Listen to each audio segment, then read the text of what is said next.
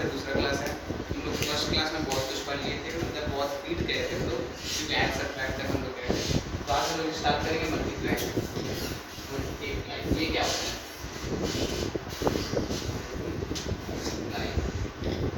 इसको गुना बोलते हैं हिंदी में, गुना करना। जैसे कि अब टेबल से गुणित होता है, तो जैसे कि हम नोट कर रहा हो तो हम बोल देंगे एग्जाम्पल से पहले समझना है, ठीक है।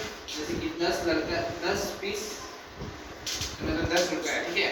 हम लोग को 4 जन को देना है 10 रुपये करके, ठीक है। तो कैसे देंगे?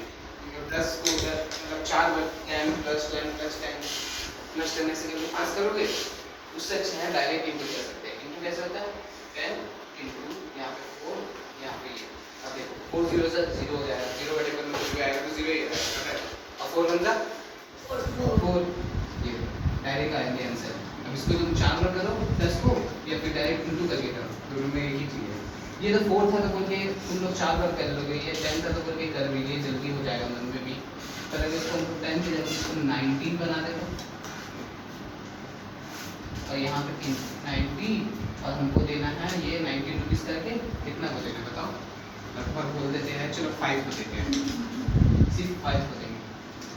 अब बताओ इसको कौन कर लेगा मन में? चलो कोई नहीं कर पाएगा इतना आराम से, हम लोग कर लेंगे, मतलब हम लोग को फिर भी पता है इस वजह से, और तुम लोग से नहीं होगा। तो इसलिए इसको हम लोग इसी से करेंगे, ये ढंग से। ये ढंग से देखो कितना आसान हो जाएगा ऐसे करके करने से। 9 5 से कितना होगा? 45 सबको पता है। तो यहाँ 5 लिख देंगे, यहाँ 4 कैरी, जैसे ऐड में ऊपर में कैरी चल जाता है ना, एडिशन में बताए थे, ऊपर में कैरी चल जाता है, उसी मल्टीप्लाई में ऊपर में कैरी चल जाता है। 5 बनता है 5, और 4 प्लस कर देंगे कितना आ गया? 9, तो 95। अब तुम ऐसे करके 19 प्लस 19 प्लस 19 लोग, अब तुम लोग 19 प्लस 19 प्लस 19 प्लस 19 करके 5 पर करो तो भी आंसर यही आएगा। तो ये टाइम बचाता है तुम लोग का मल्टीप्लाई बहुत ज़्यादा। और ऊपर से ये तो फिर भी छोटा ही नंबर आ रहा है, जब बहुत बड़ा बड़ा नंबर आएगा ना तो इससे हम लोग कैलकुलेट नहीं करेंगे, समझे? जैसे एग्जाम्पल ही देते हैं, तो चलो बड़ा सा नंबर एग्जाम्पल लेते हैं, 3 डिजिट का नंबर है एग्जाम्पल में, ठीक है। तो हम लोग का एग्जाम्पल होगा जैसे कि कितना लेकर तुम लोग बताओ? 999। चलो 999, इसको कितना जन को देना है बताओ? 3 नहीं, हमने तीनों को 20 जन को देना है। नहीं ना, 20 जन को देते हैं, छोड़ो। हम लोग बड़ा नंबर का बात करें ना तो 3 क्यों ले, तो 0 का टेबल में करेंगे तो क्या आएगा? 9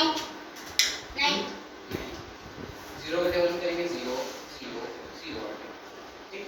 अब आता है 2 का टेबल। अब इसमें क्या होता है, जैसे जैसे नंबर बढ़ेगा ना और से हम नीचे में एक लाइन छोड़ करके स्टार्ट करेंगे। जैसे अभी 2 डिजिट था तो एक को यहाँ पे क्रॉस दे दिया, बाकी का 2 हो जाएंगे। 3 डिजिट अगर रहता 2 का क्रॉस दे देते हैं नीचे, फिर आगे करते हैं। तभी से सिर्फ 2 ही डिजिट रहते हैं, सिर्फ 2 का बात करेंगे। दोनों कैसे 2 का 2 9 से कितना होता है? 18। 18 हम लोग को टेबल याद है तो टेबल नहीं याद है तो फिर दिक्कत हो सकता है।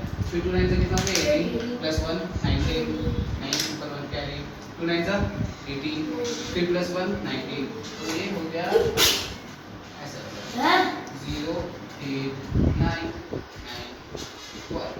ये है हम लोग का आंसर। 19,980 तो ऐसे ही करके मतलब एक होता है। जैसे बताया 2 डिजिट में ऐसा होता है, 3 डिजिट में कैसे होगा वो भी बता देते हैं पूरा।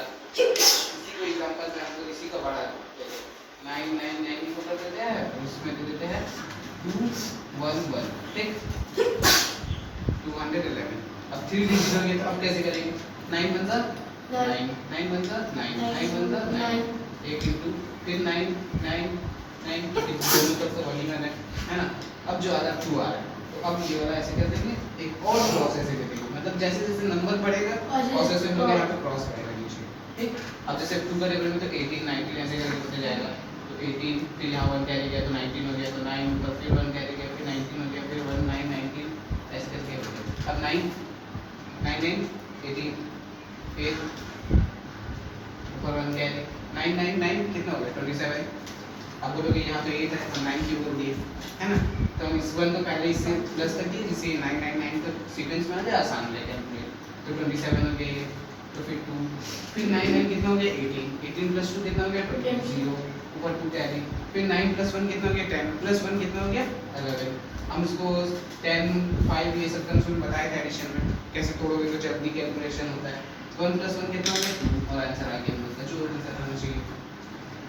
3 नंबर हो गया 4 नंबर हो गया, जैसे जैसे तुम लोग आगे बढ़ोगे और जैसे यहाँ पे क्रॉस करेंगे तो मेरे ख्याल से तुम लोगों को मल्टीप्लिकेशन समझ में आ चुका होगा। आया है ना, सबको आया तो चलो अच्छी बात है। अब हम लोग पढ़ेंगे डिवीजन। डिवीजन क्या होता है? डिवीजन भी आसान है, डिवीजन तो हम लोग बोलेंगे और ज़्यादा आसान है, और इसीलिए एक पार्ट भी होता है डिवीजन का। क्या होता है बोले तो फैक्टर, वो हम लोग देखते हैं, अगर वो पाया तो पढ़ेंगे नेक्स्ट क्लास में पढ़ेंगे। डिवीजन क्या होता है? अब जैसे अब हमको देखेंगे कि मेरे पास है 9 रुपये, ठीक। अब हमको क्या करना है, ये 9 रुपये को 3 जन में डिस्ट्रीब्यूट करना है, 3 जन को दे देना है। तो अब क्या करेंगे, 9 रुपये को 3 रुपये तुम लोग अभी कैलकुलेट करेंगे, ये 9 रुपये था बोलते हैं। चलो इसी बात पर हम लोग इसको बना देते हैं, कितना बोलो 91,000 144 रुपीस, और इसको हम बोल दिए तुम लोग को 12 जन को 12 जन को देना है। अब कैसे करोगे कैलकुलेट नहीं कर पाओगे और किसी का नहीं पाएगा, हमको पता है ये 12 का स्क्वायर है तो आराम से हो जाएगा, 12 जन पे डिस्ट्रीब्यूट हो जाएगा, 12 जन को करेंगे, इसलिए इसको हम लोग ऐसे रूल का यूज करते हैं 12। ऐसे ऐसे करते हैं जिससे हम लोग आसानी हो, रिमाइंडर को टेंडर सब कुछ कर सकते हैं इससे। और हमको देखिए 12 जन को डिस्ट्रीब्यूट करना है ना, तो 12 को ऐसे लिख देंगे, है ना। अब देखो 14 आता है 12 टेबल में, उससे कम 14 से कम आता है, कितना आता है 12 आता है, कितना बार में आता है 1 जितना बार में आता है उसको यहाँ लिखेंगे, जितना आता है उसको 12, 1 बार में 12 आता है, तो बचा कितना यहाँ पे माइनस करके 2, है ना। यहाँ जो 4 था इसको 4 को वापस से लिख देंगे। अब 24 आता है 12 के टेबल में, कितना बार में आता है 2 बार में आता है, और यहाँ 24 लिख देंगे और ये खत्म, जीरो हो गया, मतलब जीरो को डायरेक्ट क्रॉस लिख दिए, तो कितना हुआ हम बताए थे ना अभी कि 12 जन को डिस्ट्रीब्यूट होगा 144, तो बचा ऐसे zero। डिवीजन पे डिवाइड होता है। तो जैसे पूरा टोटल हो गया बचा 0। नीचे में वो 0 भी लाना है। अब अगर जैसे नहीं, कुछ कुछ मतलब नंबर ऐसा होता है कि 0 आएगा 144 जैसे आया तो मतलब 12 जन में हम लोग डिस्ट्रीब्यूट कर दिए, तो एक उसमें से एक कुछ भी बचा नहीं, एक भी नहीं बचा, पूरा में हो गया। हाँ अगर बचता है तो क्या करते हैं, ये वाला भी होता है ना, जैसे तुम्हारा क्वेश्चन था तो बचेगा तो क्या करें, तो हम लोग आंसर या तो DC मतलब हम लोग डेसिमल मिलाते हैं आंसर के बाद, या तो फैक्टर में मिला सकते हैं, पर अभी तुम फैक्टर नहीं पढ़े तो हम डेसिमल दिखाते हैं थोड़ा। डेसिमल से करने एक कॉन्सेप्ट लेंगे, अभी डेसिमल से भी आगे ही है पढ़ेंगे। चलो हम इसी को दे देते हैं, 13 का स्क्वायर दे देते हैं, पर करना है 12 से डिवाइड, चलो तब कुछ ना कुछ बच ही जाएगा, 169 डाल देते हैं, ठीक। स्क्वायर्स भी होता है जो पढ़ना हो तो वो पहले टेबल याद करना होता है। 12 मतलब 16 आता है क्या टेबल में, नहीं आता है, उससे कम 12 आता है, कितना बार आता है 1 बार में। यहाँ प्लस लिखते हैं, कितना बचा है 4 49 आता है लोअर टेबल में, हाँ कितना 49 कहाँ आता है, नहीं आता है, कितना आता है और m से कम 12 12 24 24 24 48 4 बार में आता है 48, है ना। बचा है क्या 1 तो बच गया, अब तो 1 तो आते ही नहीं 12 में, है ना, ना उससे कम में किसी में, तो क्या करें। अब आता है यहाँ पे पॉइंट का कॉन्सेप्ट, पॉइंट लेंगे हम लोग यहाँ पे, तो यहाँ पे 0 आ जाएगा। अब एक 0 से भी तो काम नहीं होगा, पर इसमें ये सिस्टम होता है कि पॉइंट लेने के बाद ना तुम लोग जितना भी 0 ऐड कर सकते हो, तो ऐसे 0 चल जाएगा, ठीक। और ऐसे ही करके ही पड़ेगा, पर अभी जैसे कि हम बोले तुम लोग अभी जैसे मतलब सिस्टम है ही नहीं, है ना, हम लोग इसको आगे बढ़ाएंगे, इसको हम लोग ऐसे रख सकते हैं, कोइटेंडर और रिमाइंडर, इसको बोलते हैं कोइटेंडर जो आया हम लोग का 14, रिमाइंडर कितना बचा 1, इसको बोलते हैं रिमाइंडर। तो अभी तुम लोग कॉन्सेप्ट के हिसाब से यही होगा कोइटेंडर रिमाइंडर। चलो इस बात से एक बार टर्म्स तो होगा क्लियर कि कोइटेंडर रिमाइंडर क्या होता है, पता तो रहेगा तुम लोग को। तो डिवीजन ऐसा होता है। अब जैसे शॉर्ट नंबर डिवीजन भी होता है, लॉन्ग नंबर, अब फैक्टर्स में भी डिवीजन होता है, तो अगर देखते हैं फैक्टर में क्या ला सकते हैं अभी, तो डिवीजन आज के लिए जैसे कि हम बता दें कोइटेंडर रिमाइंडर क्या होता है वगैरह वगैरह सब कुछ, और मल्टीप्लिकेशन भी बताया। जिसको नहीं आता है अगर हम लोग फैक्टर में जाएंगे तो शायद उसके लिए कॉन्सेप्ट ज़्यादा होगा।